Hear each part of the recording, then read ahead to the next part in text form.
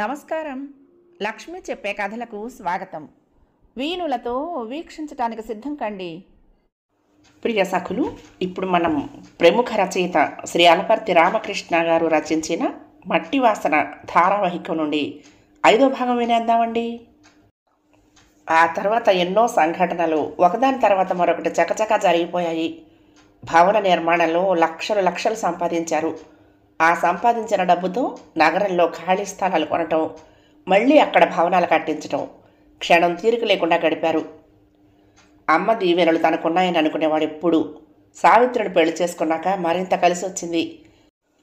తను ఉంటున్న మామిడి తోటను కొడుకు కొనటం, పూరిపాక స్థానంలో డాబాను కట్టించడంతో ఎంతో సంతోషపడింది మంజుల. నీకింత సహాయం చేసి తోడుగా ఉన్న నరేంద్రను మాత్రం ఎప్పటికీ దూరం చేసుకోకు. నీకు మగపిల్లాడు, ఆ అబ్బాయికి ఆడపిల్ల పుడితే సంబంధం కలుపుకో, మీ స్నేహబంధం మరింత గట్టిపడుతుంది అంది మంజుల. వాడికి పెళ్ళి ఆలోచనే లేదమ్మా. వాడి దృష్టి అంతా చేస్తున్న పని మీదే ఉంటుంది. సంపాదించిన దానిలో సగం ఆస్తి నరేంద్రది అని ఎప్పుడూ అనుకోను. ఆస్తి అంతా వాడిదే.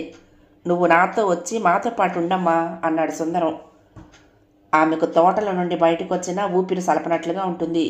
ఎప్పుడు ఆ తోటలోనే తిరుగుతూ ఉంటుంది.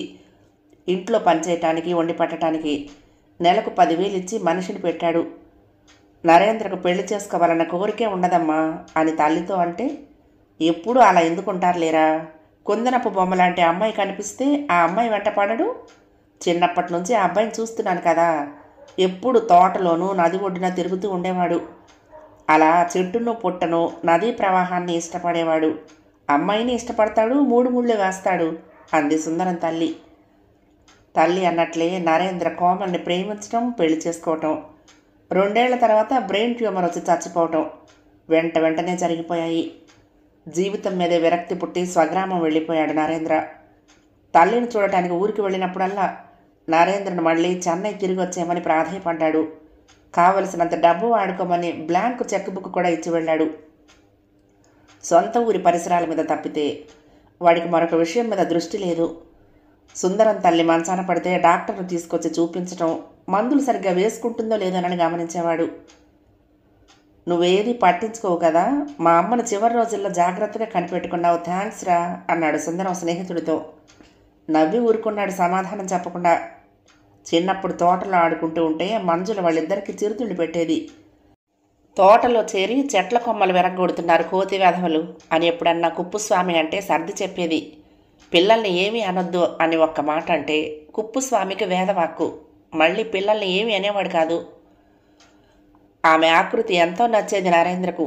ఎప్పుడు చూసినా చేతులెత్తి నమస్కరించాలనిపించేది. గంభీరంగా పెద్ద పులి మీద కూర్చున్న దుర్గాదేవిలా కనిపించేది. మీ అమ్మకు ఒంట్లో బాగుండలేదు, వచ్చేయి. ఎప్పుడూ ఫోన్ చేయని నరేంద్ర తనకు ఫోన్ చేయటం ఆశ్చర్యం వేసింది సుందరానికి. ఊరికి వెళ్ళాడు. డాబా ముందు కారు ఆపాడు. గుమ్మం దగ్గర నిలబడి తలుపు తట్టగానే లోపలికి రా అన్నాడు నరేంద్ర. తల్లి మంచం పక్కనే కూర్చుని ఉన్నాడు నరేంద్ర. తల్లి చేయి పట్టుకుని ఎలా ఉన్నావమ్మా సుందరం పలకరించాడు. ఆఖరిసారి నిన్ను చూసి ప్రాణాలు వదిలేయాలని ఊపిరి బిగబట్టి ఉన్నాను, బొంగురు గొంతుకుతో అంది మంజుల. తగ్గిపోతుందమ్మా, డాక్టర్ వచ్చిపోతున్నాడా? విజయవాడ తీసుకువెళ్ళి పెద్ద ఆసుపత్రిలో చేర్పించమంటావా అడిగాడు సుందరం. వద్దులే, నా దగ్గరగా కూర్చో అందామె. మంచం మీద కూర్చుని తల్లి చేయి నిమిరాడు. కన్న తల్లి కళ్ళల్లో ఏదో ప్రశాంతత, మొహంలో సంతృప్తి కొట్టొచ్చినట్లు కనిపించింది. నీకు ఎన్నో పనులు ఉంటాయి, పిలవద్దని ఈ అబ్బాయికి చెప్పాను. నీకు ఫోన్ చేసి ఇబ్బంది పెట్టినట్టున్నాడు. నా చివరి కోరికలన్నీ తీర్చాడు నీ స్నేహితుడు. బందర్ లడ్డూ తినాలని అనిపించింది. మనిషిని టౌన్కు పంపించి తెప్పించి నోరు తీపి చేశాడు.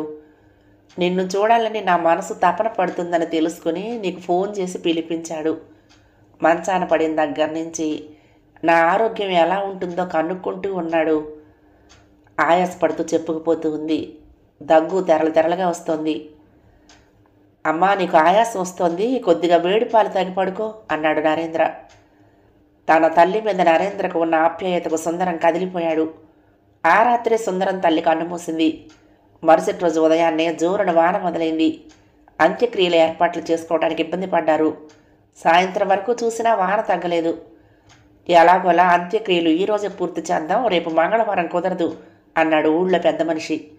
ఆ వారంలోనే తడుచుకుంటూ శవాన్ని శ్మశానానికి తీసుకువెళ్లారు. దహనానికి ఏర్పాటు చేసిన కట్టెలు కూడా తడిసిపోయాయి. ఎక్కడి నుండి తీసుకొచ్చాడో బలరాం బండి మీద ఎండు కట్టెలు తీసుకొచ్చాడు. అవి తడవకుండా పైన టార్పాలిన్ పట్టా కప్పి శ్మశానానికి చేర్చాడు. మంజుల అంత్యక్రియలు పూర్తయ్యాయి. ఇంటికి తిరిగి వచ్చేటప్పుడు సుందరం భుజం మీద చెయ్యి వేసి చిన్నప్పటి సంఘటన గుర్తు చేశాడు నరేంద్ర. వాళ్ళిద్దరూ ఆడుకోవటానికి కొండ మీదకు వెళ్లారు. జేబుల నిండా రేక్కాయలు, బెర్రీలు కోసుకుని కొండ దిగి రాబోతూ ఉంటే గాలివాన మొదలైంది. ఓ పక్కన చీకటి పడుతోంది. ముందుకు నడవాలంటే భయం వేసింది ఇద్దరికి. పెద్ద మర్రి చెట్టు కింద కూర్చున్నారిద్దరూ. చీకట్లో మెణుగురు పురుగులు ఎగురుతూ కనిపించాయి. ఎవరో గోనె పట్టా కప్పుకొని చీకట్లో అటువైపే వచ్చారు. వాళ్ళిద్దరికి భయం వేసింది. చేతిలో గుడ్డెల అంతర పట్టుకొని ఆ ఆకారం మర్రి చెట్టు వైపు వచ్చింది. నరేంద్ర, నాయనా, సుందరం ఎక్కడున్నావు? ఆ పిలుపు వినగానే సుందరం సంబరపడ్డాడు. మా అమ్మరా మనల్ని వెతుక్కుంటూ వచ్చింది. సాయంత్రం కొండ దగ్గరకు వచ్చేటప్పుడు అమ్మకు చెప్పడం మంచిదే అయ్యింది అన్నాడు సుందరం నరేంద్ర చేయి గట్టిగా పట్టుకుని. అమ్మా, ఇక్కడున్నావు! ఇద్దరూ పెద్దగా అరిచారు.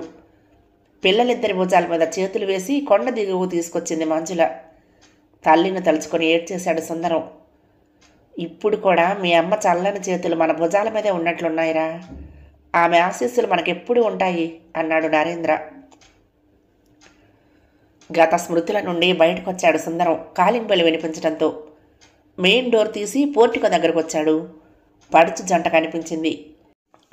సుందరాన్ని చూడగానే ఆ అమ్మాయి ఆ అబ్బాయి చొక్కా పట్టుకుని వెనక్కు లాగి వెళ్ళిపోదాం పదా అంది. ఆ అమ్మాయిని గుర్తుపట్టాడు సుందరం. వెతకపోయిన తీగ కాలికి తగిలినట్లుగా అనిపించింది. నువ్వు ఆమెనివి కదూ? నీకోసం మా అబ్బాయి మౌర్య, మీ చెల్లెలు అవని విజయవాడలో వెతుకుతున్నారు. రండి, లోపలికి రండి అన్నాడు సుందరం. ఆమెని గుర్తుపట్టాడు. తెలిసిన వాళ్ళే అయి ఉంటారు. తాము వచ్చిన పని తేలికవుతుంది, ఉద్యోగం తప్పకుండా దొరుకుతుంది అనుకున్నాడు వర్షిత్. నాన్నకు బాబాయికి చెప్పేస్తాడు. సుందరం గారు తనను బలవంతంగా ఊరికి తీసుకువెళ్తాడేమో. వర్షిత్తును చిత్తకొట్టి మళ్ళీ ఆయన జోలికి రావద్దని బెదిరిస్తారేమో అనుకుంటూ వర్షిత్ వెనకే ఇంట్లోకి అడుగుపెట్టింది. సుబ్బమ్మ గారు పంపించారు. విజయవాడ నుండి వస్తున్నాము. చెన్నైలో మీకు బాగా పలుకుబడి ఉన్నట్లు చెప్పారు. మా మీద దయ తలిస్తే ఏదో ఒక ఉద్యోగం మా ఇద్దరికీ ఇప్పిస్తారు. ఆ ఆశతోనే అక్కడి నుండి ఇక్కడికి వచ్చాం అన్నాడు వర్షిత్ జేబులో నుండి సుబ్బమ్మ రాసిన ఉత్తరం సుందరానికి ఇస్తూ. సుబ్బమ్మ గారు మీకెలా తెలుసు అడిగాడు సుందరం. మాది చిన్న పల్లెటూరు. నా పేరు వర్షిత్. ఆమెను ప్రేమించి పెళ్లి చేసుకున్నాను. ఉద్యోగం దొరుకుతుందేమోనని విజయవాడలో కాళ్ళరిగేలా తిరిగాను. ఇద్దరం బిఎస్సి చదివాం. మా బంధువుల కుర్రాడు మధురిమ అపార్ట్మెంట్స్లో వాచ్మెన్గా పనిచేస్తున్నాడు. అతనే మమ్మల్ని సుబ్బమ్మ గారి దగ్గరికి తీసుకువెళ్ళాడు. మీది ఆమెది ఒకే ఊరని చెప్పింది. మీరు తప్పకుండా ఆదుకుంటారని భరోసా ఇచ్చింది. చెప్పుకుపోయాడు వర్షిత్. సుబ్బమ్మ కుప్పుస్వామి బంధువే. మీ లగేజ్ ఏది అడిగాడు సుందరం. స్టేషన్ దగ్గర హోటల్లో చిన్న గది అద్దెకు తీసుకున్నాం. 2 బ్యాగులు తప్పితే పెద్ద లగేజ్ లేదు సార్. ఉద్యోగం దొరికితే చిన్న ఇల్లు అద్దెకు తీసుకుందాం అనుకుంటున్నాం అన్నాడు అతను. వర్షిత్ నమ్రతగా మాట్లాడటం నచ్చింది సుందరానికి. ఎప్పుడు భోజనం చేశారో ఏమిటో భార్యను పిలిచి వాళ్ళిద్దరి గురించి చెప్పాడు. మన నరేంద్ర అన్నయ్య కూతురు ఆమని ఈ మధ్య పెళ్లి చేసుకున్నారు. ఇంట్లో పెద్దవాళ్ళకి చెప్పకుండా. చేయని తప్పుకు 2 ఏళ్లు జైలు శిక్ష అనుభవించాడు ఈ అబ్బాయి. మళ్ళీ తప్పటడుగులు వేయకుండా వాళ్ళ కాళ్ళ మీద వాళ్ళు నిలబడాలనుకుంటున్నారు. వాళ్ళిద్దరిని వెతుకుతూ మన అబ్బాయి తిరుగుతున్నాడు. ఎక్కడో అద్దె గదిలో ఉండటం ఎందుకు, మన ఇంట్లోనే ఉంటారు. ముందు వాళ్ళిద్దరికీ ఒక గది చూపించి ఉండటానికి. ఫ్రెష్ అప్ అయ్యాక అందరం కలిసి భోజనం చేద్దాం అన్నాడు సుందరం. ఆమెని వర్షిత్ మనసులో కదలాడుతున్న భయాందోళనలు సుందరం మాటలతో దూది పింజల్లా తేలిపోయాయి. సుందరం గారి బాబాయికి ప్రాణ స్నేహితుడే కాబట్టి తన తల్లిదండ్రులకు కూడా నచ్చ చెప్పగలుగుతాడు. మరో మార్గం లేదు, వీళ్ళింట్లో ఉండాల్సిందే అనుకుంది ఆమెని. అవని మౌర్య సుబ్బమ్మ ఇంటికి వచ్చి వారం రోజులు అవుతుంది. పడమట లంకలో రామాలయం దగ్గర ఉంది ఆ ఇల్లు. 2 అంతస్తుల పెద్ద భవనం, విశాలమైన ఆవరణలో ఉంది. పైన 4 గదులు, కింది భాగంలో 3 గదులు ఉన్నాయి. ఆ గదుల్లో ఉండేవాళ్ళు అద్దెకు ఉండేవాళ్ళు కాదు. బంధువులు కానీ తెలిసిన వాళ్ళు కానీ వస్తే ఆ గదుల్లో ఉంటారు. వచ్చిన వాళ్ళందరికీ భోజనం ఏర్పాట్లు క్రింద భాగంలో ఉన్న వంటగదిలో జరిగిపోతూ ఉంటాయి. ఎవరి దగ్గర దమ్మిడి తీసుకోదు. ఆ పసుపచ్చ మేడ ఎవరిది బాబు? వచ్చే పోయే వాళ్ళతో ఎప్పుడూ సందడిగా ఉంటుంది. రాజకీయ నాయకుడిదా? భక్తి మార్గం చూపించే స్వామీజీ ఎవరన్నా ఆ ఇంట్లో ఉన్నారా అని రోడ్డు మీద పోయేవాళ్ళు చుట్టుపక్కల వాళ్ళని అడుగుతూ ఉంటారు. అదే, అది సుబ్బమ్మ సత్రం. ఇంటికొచ్చిన వాళ్ళకి లేదనకుండా అన్నం పెడుతుంది. 2-3 రోజులు ఉండటానికి వసతి ఏర్పాట్లున్నాయి. పరిచయం ఉన్న వాళ్ళు ఆ ఇంటికి వచ్చిపోతూ ఉంటారు. ఆమె భర్తకు ఊళ్ళో ఉన్న సిటీ బస్సుల్లో సగం ఆయనవే. బాగా సంపాదించాడు. ఆయన కాలం చేసి 10 ఏళ్ళు అవుతుంది. ఆమెకి 2 కొడుకులు. వాళ్ళిద్దరూ అమెరికాలో డాక్టర్లు. వాళ్లకు ఇక్కడ ఆస్తి అవసరం లేదు. అప్పుడప్పుడు వచ్చి తల్లిని చూసి వెళ్తూ ఉంటారు అని ఆమె గురించి తెలిసినవి చెప్తూ ఉంటారు.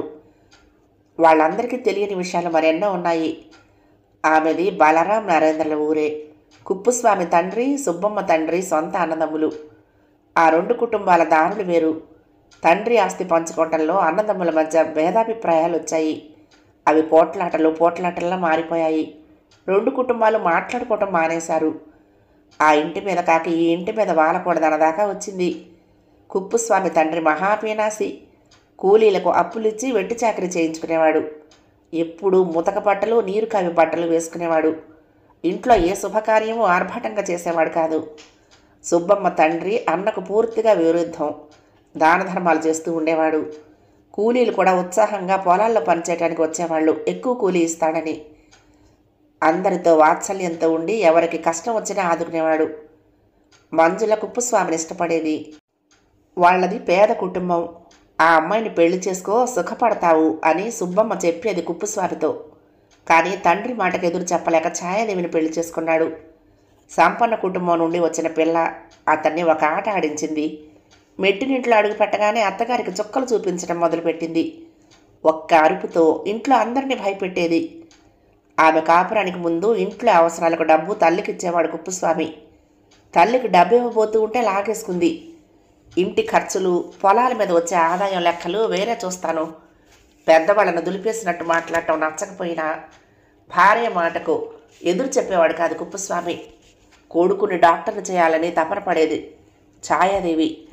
సుబ్బమ్మ కొడుకులు బాగా చదువుకుంటున్నారని, బుద్ధిమంతులని, డాక్టర్ కోర్సు చదవటానికి అమెరికా వెళ్లారని తెలిసినప్పటి నుంచి ఆమెకు ఆరాటం పెరిగింది. కానీ ఛాయాదేవి కొడుకు ఇంటర్ తప్పినా డాక్టర్ సీట్ వచ్చిందని, ఫీజులు కట్టడానికి పెద్ద మొత్తంలో డబ్బులు కావాలని ఇంట్లో చెప్పేవాడు. వాడు అడిగినంత డబ్బు ఇచ్చేది తల్లి.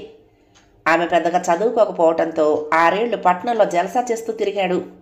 అన్ని వ్యసనాలకు బానిసయ్యాడు. సుబ్బమ్మ ద్వారా అసలు విషయం తెలుసుకుని కొడుకుని ఊరికి రప్పించి పెళ్లి చేసింది. ఛాయాదేవి కోడలు మరింత గడుసుది. అత్తగారి కంటే 4 ఆకులు ఎక్కువే చదివింది. ఇంటి పెత్తనమంతా తన చేతుల్లోకి తీసుకుంది. ఇంట్లో చాకరీ అంతా అత్తచేత చేయించేది. నౌకరు కంటే హీనంగా తన బ్రతుకు ఉండటంతో కుమిలిపోయింది ఛాయాదేవి. విజయవాడ నుండి సుబ్బమ్మ ఎప్పుడైనా స్వగ్రామం వచ్చినప్పుడు కోడలు తనను పురుగులా చూస్తున్నారనే విషయం చెప్పేది ఛాయాదేవి. కొడుకులకు చెప్తే ఇంట్లో వ్యవహారాలు నేను పట్టించుకోనత్తా అన్నాడు సుబ్బమ్మతో. వాడు అడిగినప్పుడు డబ్బు చేతిలో పెడుతుంది కాబట్టి భార్య వాడికి బెల్లం, కన్న తల్లి కషాయం, అల్లపు రసం. వాళ్ళ ఆస్తంతా హారతి కర్పూరంలా హరించుకుపోయింది. పాత సంగతులన్నీ పూసగుచ్చినట్లు చెప్పింది సుబ్బమ్మ తన పక్కన కూర్చున్న అవని మౌర్యలకు. ఎవరన్నా శ్రద్ధగా వింటూ ఉంటే పాతర తవ్వి ధాన్యం బయటకు తీసినట్లు ఎన్నో విషయాలు చెప్పడం ఆమెకు అలవాటు. సుబ్బమ్మ దగ్గర కూర్చుని ఆమె చెప్పే కబుర్లు వినటమే ఒక పెద్ద ఎడ్యుకేషన్ అనుకున్నాడు మౌర్య. వింటున్నావు కదా, రేపు పెళ్ళయ్యాక కాబోయే అత్తగారిని వేధించకు. కన్న తల్లిలా చూస్తే నీకు వచ్చే కోడలు కూడా నిన్ను పువ్వుల్లో పెట్టి చూసుకుంటుంది అన్నాడు మౌర్య అవని వైపు నవ్వుతూ చూస్తూ. నాకెందుకు చెప్తున్నారు ఈ విషయం? మీకు కాబోయే శ్రీమతి గారికి చెప్పండి. వాళ్ళిద్దరూ అలా సరదాగా మాట్లాడుకుంటూ ఉంటే సుబ్బమ్మకు ముచ్చటేసింది. అన్నట్లు నీకు అక్కయ్య ఉంది కదా, ఏం చేస్తుంది? పెళ్ళయిందా అడిగింది సుబ్బమ్మ. మా అక్క ప్రేమలో పడి ఓ అబ్బాయితో ఇంట్లో పెద్దవాళ్ళకు చెప్పకుండా వెళ్ళిపోయింది. ఆమెను వెతుక్కుంటూ ఇక్కడికి వచ్చాము. పడమట లంకలో ఉందని చెప్తే మీ ఇంటికి వచ్చాము. చుట్టుపక్కల అన్ని ప్రాంతాలు వెతికాము. ఎక్కడా ఆచూకీ తెలియలేదు చెప్పింది అవని. ఏదో గుర్తుకొచ్చింది సుబ్బమ్మకి. 10 రోజుల కిందట నా దగ్గరికి ఓ అబ్బాయి అమ్మాయి వచ్చారు. పెద్దవాళ్ళని ఎదిరించి పెళ్లి చేసుకున్నారట. ఇంట్లో తల్లిదండ్రులకు చెప్పకుండా ఆ అమ్మాయి అతనితో వచ్చేసింది. ఏదో ఒక ఉద్యోగం చూసి పెట్టమని నా దగ్గరకు వచ్చారు. ఆ అమ్మాయి పేరు ఏదో చెప్పింది, గుర్తు రావటం లేదు, తలగొక్కుంటూ అందామె. మా అక్కయ్య పేరు ఆమని అంది అవని ఆతృతగా. సెల్ ఫోన్లోని అక్క ఫోటో సుబ్బమ్మకు చూపించింది. ఈ పిల్లే, ఫోన్లో ఫోటో కంటే అందంగా ఉంది. ఆ అబ్బాయి కూడా అందగాడే, ఈడు జోడు బాగున్నారు. ప్రేమించుకున్న పిల్లలంటే నాకెంతో ముచ్చట. పల్లెటూళ్ళలో మట్టి ఒడిలో పుట్టి పెరిగిన పిల్లలంటే మరింత అపేక్ష నాకు. సంతోషంతో ఎగిరి గంతేసినంత పనిచేసింది అవని. ఇప్పుడు వాళ్ళు ఎక్కడున్నారు అడిగింది. మద్రాసులో కొత్తూరులో మా ఊరి అబ్బాయి ఉన్నాడు. బాగా స్థిరపడ్డాడు. నలుగురికి ఉద్యోగాలు ఇప్పించే స్తోమతో పలుకుబడి ఉన్నాయి అతనికి. వాడు ఉండే పాకలో కరెంటు లేకపోతే మా ఇంటికి వచ్చి చదువుకునేవాడు. బాగా పొద్దుపోయాక వాళ్ళమ్మ లాంతర్ చేత్తో పట్టుకుని వచ్చేది కొడుకుని ఇంటికి తీసుకుపోవటానికి. ఆ తర్వాత కుప్పుస్వామి ఆ పాకకు కరెంటు పెట్టించాడు. సుబ్బమ్మ తన ధోరణిలో మాట్లాడుతూనే ఉంది. సుందరమేనా అబ్బాయి పేరు అడిగాడు మౌర్య. నీకెలా తెలుసు అడిగింది సుబ్బమ్మ. ఆ సుందరం కొడుకు నేనే అన్నాడు. ఓర్ని, నువ్వు మా సుందరం కొడుకువా? బాగా కావలసిన వాడివే. మీ ఇంటికే వాళ్ళిద్దరిని పంపించాను అంది సుబ్బమ్మ అతని భుజం నిమురుతూ. అదే సమయంలో తండ్రి దగ్గర నుండి ఫోన్ వచ్చింది. కాల్ రిసీవ్ చేసుకుని, డాడీ 2-3 రోజులకు ఒకసారి మీరు నాతో ఫోన్లో మాట్లాడుతూనే ఉన్నారు కదా, మీ దగ్గరకు ఆమని వర్షిత్తుని సుబ్బమ్మ పంపించినట్లు ఎందుకు చెప్పలేదు నిష్ఠూరంగా అడిగాడు. మిమ్మల్ని సస్పెన్స్లో ఉంచాలనుకున్నాను. బ్రేకింగ్ న్యూస్ సుబ్బమ్మ చెప్పేసిందన్నమాట. మొత్తం మీద ఆమని కథ సుఖాంతమైనట్లే. మన ఇంట్లోనే ఉంటున్నారు. మీ అమ్మతో కూడా బాగా కలిసిపోయింది. ఆ విషయాలు తర్వాత మాట్లాడుకుందాం. సుబ్బమ్మ గారితో మాట్లాడాలి, ఆమెకు ఫోన్ ఇవ్వు అన్నాడు సుందరం. నాన్నగారు మీతో మాట్లాడతారట. ఫోన్ ఆమెకిచ్చాడు మౌర్య. ఏమ్మా, ఎలా ఉన్నారు? చాలా సంవత్సరాలైంది మిమ్మల్ని చూసి. మా వాడితో కలిసి ఇక్కడికి రండి. తమిళనాడులో ఎన్నో పుణ్యక్షేత్రాలు ఉన్నాయి. దగ్గరుండి అవన్నీ మీకు చూపిస్తాను అన్నాడు సుందరం. వారం రోజుల నుండి మీ అబ్బాయి మా ఇంట్లోనే ఉంటున్నా నీ కొడుకని తెలియలేదు సుందరం. చురుకైన కుర్రాడు. బలరాం చిన్న కూతురు కూడా చక్కని చుక్క. మీ అబ్బాయి పెళ్ళికి పిలువు, తప్పకుండా మీ ఊరు వస్తాను అంది సుబ్బమ్మ. మీరు పంపించిన అబ్బాయికి అమ్మాయికి ఉద్యోగాలు వచ్చాయి. రోజు మా ఇంటి నుండే ఆఫీస్కి వెళ్తున్నారు. ఇద్దరూ బుద్ధిమంతులే. పెద్దవాళ్లతో పెద్ద తరహాలో మాట్లాడటం, చిన్నవాళ్లతో సరదాగా జోక్స్ వేస్తూ మాట్లాడటం సుందరానికి అలవాటు. ఊళ్ళో మీ అమ్మ పేరు మీద హాస్పిటల్ కట్టించే ప్రయత్నాల్లో ఉన్నావుట కదా, అలాంటి మంచి పనులు చేయరా నాయన? మనం చేసే మంచి పనులే మన వెంట వస్తాయి. డబ్బు దశకం మన వెంట రావు అందామే. మీ ఇంటికొచ్చి మీ ఆశీస్సులు తీసుకుంటా. నమస్తే అమ్మా అన్నాడు సుందరం. ఫోన్ మౌర్యకు అందించింది సుబ్బమ్మ. చిన్నప్పుడు మీ నాన్నని ఊళ్ళో అందరూ ఎగతాళి చేసేవాళ్ళు. ఇప్పుడు అందరూ పొగుడుతూ ఉన్నారు. నవ్విన ఆపచేనే పండుతుందని ఊరికే అన్నారా అందామే. అవని మనసు స్థిమితపడింది. అక్కకు బావకు ఉద్యోగాలు వచ్చాయి. సుందరం వాళ్ళ ఇంట్లో ఏ ఇబ్బంది లేకుండా ఉన్నారు. ఈ విషయం అమ్మా నాన్నలకు చెప్తే ఎంతో సంతోషిస్తారు అనుకుంది. మా ఊరు వెళ్ళిపోదాం. అక్క క్షేమంగా ఉందని అందరికీ చెప్పాలి అంది మౌర్యతో. మీ ఊరేమిటి? మా నాన్నగారి ఊరు అదే, మన ఊరు అది అన్నాడు మౌర్య. మా ఊళ్ళో నువ్వు మీ నాన్నగారు ఉండటం లేదు కదా అంది భుజం తడుతూ. భుజం నెట్టడం, చేత్తో గిల్లటం ఏంటి అన్నాడు. మీరిద్దరూ లింగు లీటుకుల్లా ఉన్నారు. వాళ్ళిద్దరి వైపు ఆపేక్షగా చూస్తూ అంది సుబ్బమ్మ.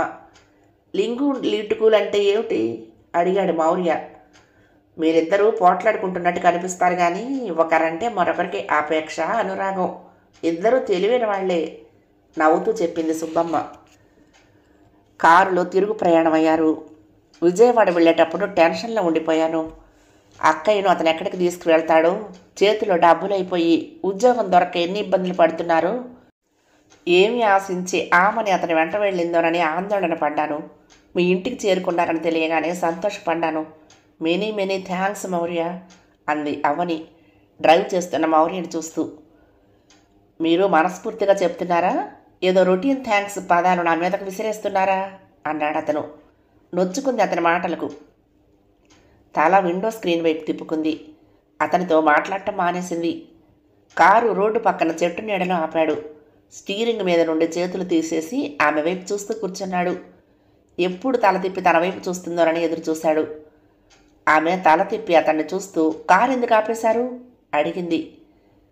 సరదాగా అంటేనే అంత కోపం రావాలా? సారీ అన్నాడు అతను. తన కళ్ళల్లోకి అతను అమాయకంగా చూస్తున్న తీరుకు నవ్వొచ్చింది ఆమెకు. మీరు మనస్ఫూర్తిగానే చెప్పారు సారీ, నావే రొటీన్ డైలాగులు అన్నాడు. మరొకసారి అలా మాట్లాడంలేండి లెంపలు వేసుకుంటూ అన్నాడు. అతని చేతులు పట్టుకుని తన చెంపలకు అద్దుకుంది. అలా ఎందుకు చేసిందో ఆమెకే తెలియదు. Beautiful expression of gratitude, love అనుకున్నాడు మనసులో ఆ క్షణాలను ఆస్వాదిస్తూ. రోడ్డుకి ఇరువైపులా పచ్చటి తివాచి పరిచినట్లున్న వరి పొలాలు, దూరంగా ఎత్తైన కొండల మీద నుండి వీచే పైరు గాలి ప్రయాణ పాలసట్టును పోగొడుతూ ఉంది. 5 నిమిషాలు ఇక్కడ ఆగుదాము, కారు డ్రైవర్కు కాసేపు రెస్ట్ ఇవ్వండి అన్నాడు అతను. నవ్వుకుంది అవని. కారు దిగి రోడ్డు పక్కన చింత చెట్టు మొదలకు ఆనుకుని నిలబడింది. గాలికి ఆమె ముంగురులు ఎగురుతూ ఉంటే సర్దుకుంటూ ఉంది. చేతిలోని కర్చీఫ్ అంచును వేలి కొసలకు చుట్టుకుంటూ పచ్చని పొలాల వైపు చూస్తూ ఉంది. ఉన్నట్టుండి రోడ్డు పక్కనే ఉన్న ఎండిపోయిన పంటకాలువ దాటుకుని పొలం దగ్గరికి వెళ్ళి పాలకంకి తెప్పుకొచ్చింది. పాలకంకి తీసి అతనికిచ్చింది. అతను కంకి వైపు చూస్తూ ఉంటే తినండి చాలా బాగుంటుంది అందామె.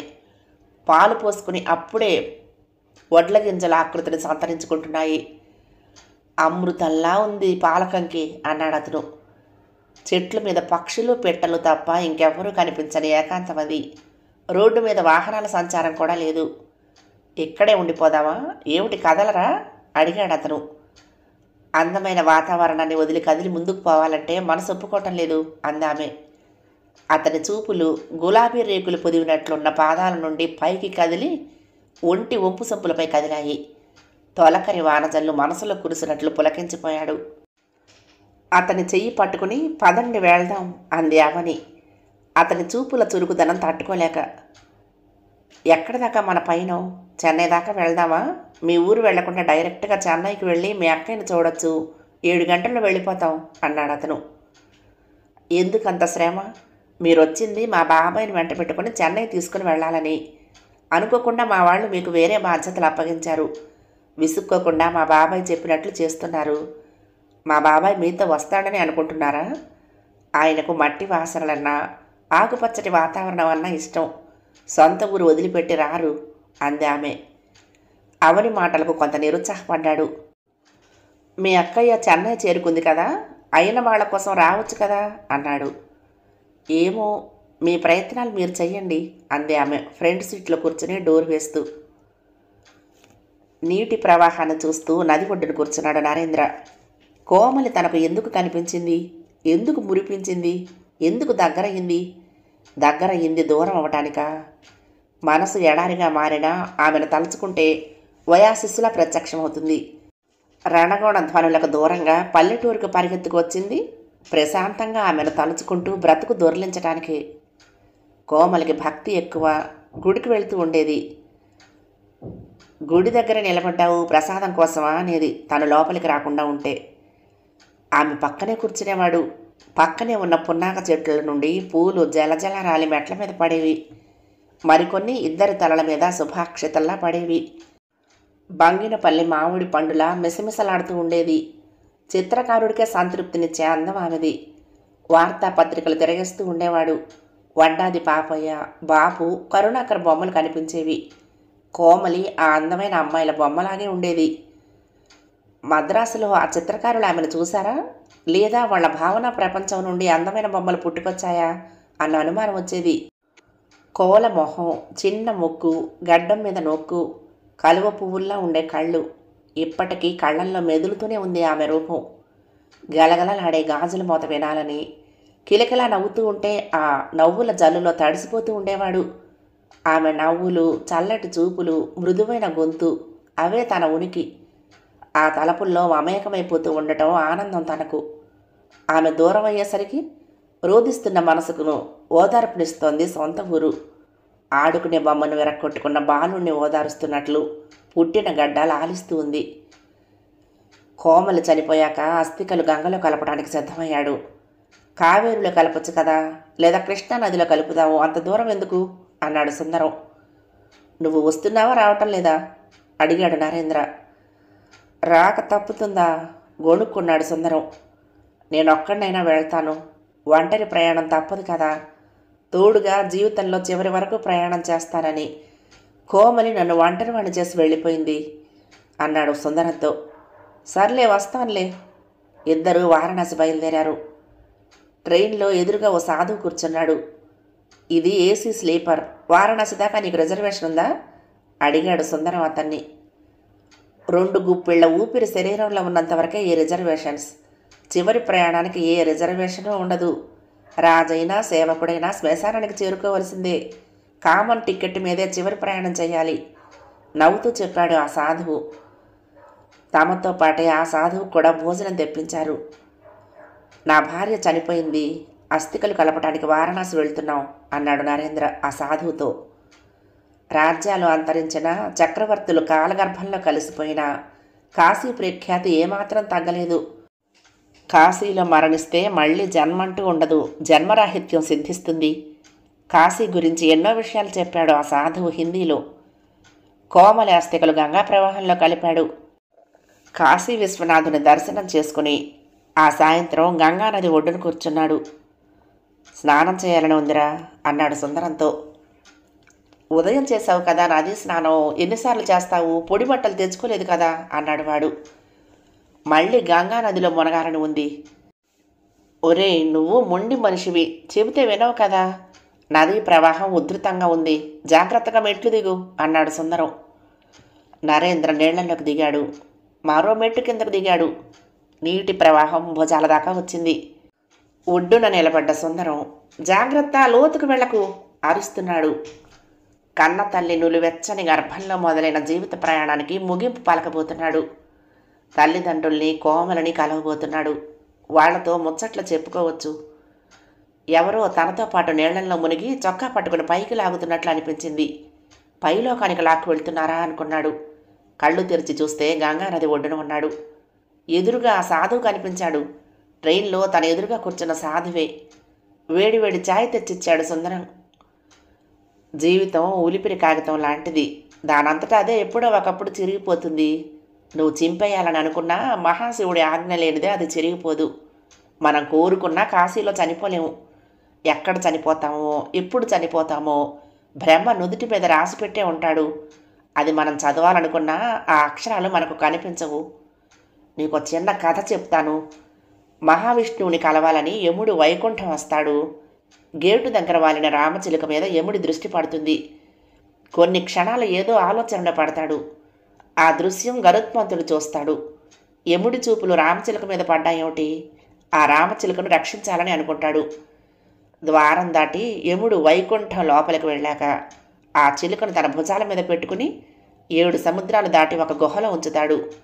మళ్ళీ తిరిగి వచ్చి వైకుంఠ ద్వారం దగ్గర నిలబడతాడు గరుత్మంతుడు. మహావిష్ణువు దర్శనమయ్యాక వైకుంఠ ద్వారం దగ్గరకు వస్తాడు యముడు. ఎదురుగా ఏదో ఘనకార్యం చేసినట్లు నవ్వుతూ కనిపిస్తాడు గరుత్మంతుడు. నేను వైకుంఠం లోపలికి వెళ్ళినప్పుడు రామచిలుక కనిపించింది. ఇక్కడుందేమిటా అని ఆశ్చర్యపోయాను. దాని ప్రాణం ఎక్కడో 7 సముద్రాల అవతల గుహలో పోవాల్సి ఉంటే అది ఇక్కడుందేమిటి అనుకున్నాను. దాని ప్రాణం ఎక్కడ పోవాలో అక్కడే ఈ సమయంలోనే పోయింది అన్నాడు యముడు. తాను చేసిన పనికి సిగ్గుపడతాడు గరుత్మంతుడు.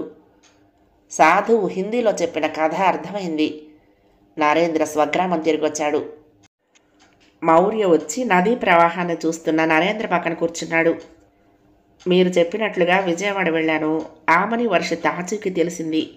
చెన్నైలో మా ఇంట్లో వాళ్ళిద్దరూ క్షేమంగా ఉన్నారు. నాతో పాటు మీరు మా ఇంటికి రండి, వాళ్ళిద్దరిని చూడొచ్చు, మీ స్నేహితుడిని కలిసి కబుర్లు చెప్పుకోవచ్చు అన్నాడు మౌర్య. వీలున్నప్పుడు ఆమని వర్షిత్ ఇక్కడికి వచ్చి వెళ్తారు. నేనెందుకు చెన్నై రావటం? వస్తానంటే మా అన్నయ్యని వదిలిని తీసుకువెళ్ళు అన్నాడు నరేంద్ర. అబ్బా, కథ మళ్ళీ మొదటికి వచ్చిందనుకున్నాడు మౌర్య. నాన్నేమో మిమ్మల్ని వెంట పెట్టుకుని తీసుకురమ్మని గట్టిగా చెప్తారు, మీరేమో ఇక్కడి నుంచి కదలరు అన్నాడు అతను నిరుత్సాహంగా. నేను చెన్నై వచ్చి ఏం చేస్తాను మౌర్య? ఇంజనీరింగ్ తెలివితేటలు నా మెదడు పొరల్లో ఇప్పుడు లేవు.